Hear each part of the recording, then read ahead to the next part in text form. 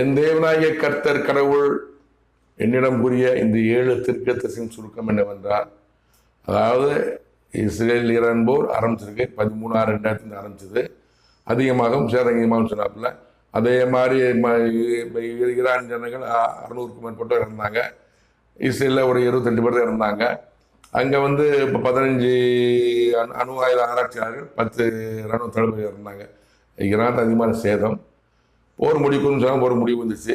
இப்போது இந்த தேவனாகிய கர்த்தர் கடவுள் கூறிய தீர்க்கதரிசனம் இஸ்ரேல் ஈரான் போர் முடிவு வந்திருக்கிறது. மறுபடியும் ஆரம்பமாகும், தொடரும் ஆரம்பம் சொல்லியிருக்கு. ஆரம்பம் தொடர்ந்து இருக்காரு. இந்த தீர்க்கதரிசனத்தை பொறுத்து பார்ப்போம், எப்படி நிறைவேறுன்னு பார்ப்போம். இதுக்கு உதாரணமாக நான் என்ன சொல்கிறேன்னா, அதாவது இஸ்ரேல் பாலஸ்தீன போர் நடந்து கொண்டு இருக்கிறது. அமெரிக்க அதிபராக டொனால்டு பதவியேற்கிறார். அமெரிக்க அதிபராக பதவியேற்க இருக்கிறார். ஜெயித்து விட்டால் பதவியேற்க இருக்கிறார். அப்போ சொல்கிறாரு, நான் பதவியேற்கிறதுக்கு முன்னாடி